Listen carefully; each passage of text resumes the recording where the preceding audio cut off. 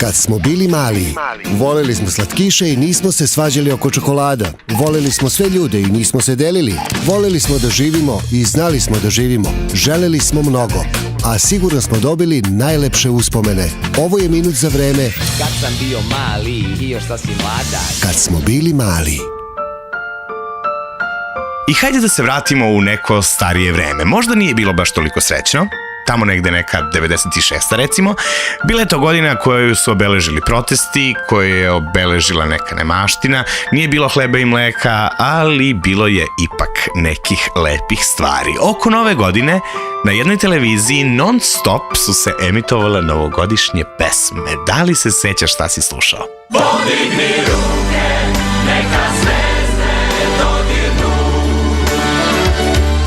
okupi se drugare i rodbinu,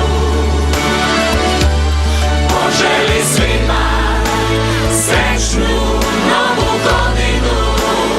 Ove se sigurno sećam. Čoveče, svi su bili na okupu i poperi. Poperi, jel se tako kaže? Nije ni bitno. I rockeri, i danseri, i svi su imali samo jednu želju za tebe, da ti je srećna nova godina. Nova je nova godina,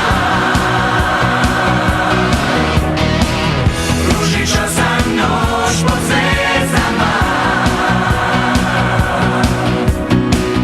pred kraje lekovima, ljubav u ljudima, srećna vam nova godina. Doduše, ne samo da zaboravimo ni braću narodnjake, oni su tek imali šta da poruče 31. uveče. Svi se ljube kao da su rodbina, srećna vam srećna nova godina.